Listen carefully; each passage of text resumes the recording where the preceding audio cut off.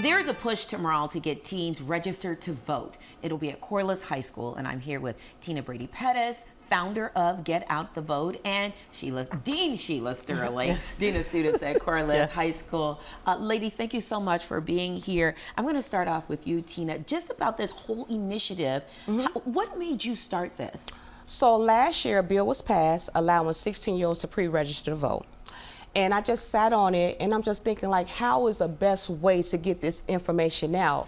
And I realized that it was a bill that was passed like 10 years prior, allowing 17-year-olds to pre-register to vote, vote in a primary as long as they turn 18 by the general election.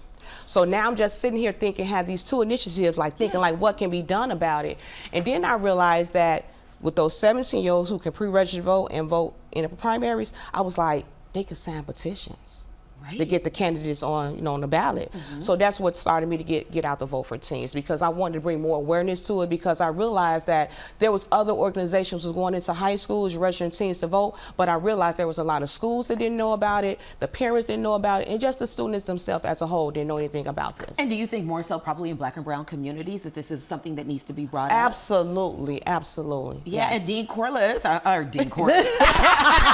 I done gave you the school's name. Dean Sterling from Corliss. This is happening at your school. What's been the response from your students about exercising the right to vote? Well, the students are very excited. When I introduced it to them, I actually told the senior class, hey, I need you all to leave something, leave a legacy. So the senior class took it, they ran with it. They did a 30-second commercial, which is on Facebook. It's going viral. So they're excited about it. Yeah, because they can make an impact, and that's what we're looking at right now. Tina, what about your background with voting, your personal story that even made you so passionate to dig into this and create this? So I have come from a generation that actually fought and marched for civil rights and voting rights. So my great-grandmother lived to be 110. So this is like a generational thing that's talking about voting rights, right? So here it is, my great-grandmother told my grandmother about voting, and then my grandmother told my mother about voting, and here I am talking about voting, right? And then I have my father who actually marched, and my mother used to always talk about the first time how he was so elated about voting for the very first time. So then I have my auntie and my uncle who was marched in jail for voting. So it's just like a historical thing for me. It's just keeping that legacy and that DNA alive to make sure that we all have our rights. Right, and hopefully this helps, and parents at home are watching and encouraging their kids to exercise their rights to vote. Ladies, thank you so much for being here. All the best tomorrow. Thank you. Corliss, Dean Sterling. Yes, and it's personal for me because not only am I the dean at the school, but I am an alumni, class of 1987. Okay, I know about Corliss.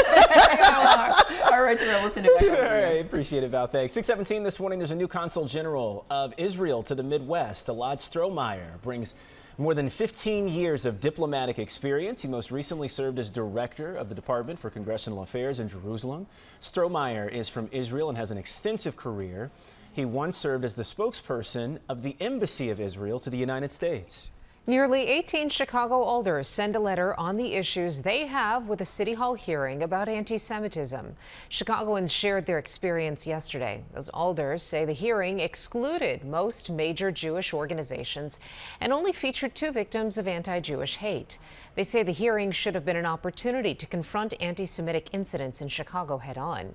The Chicago Commission on Human Relations will issue a report of recommendations in about 60 days.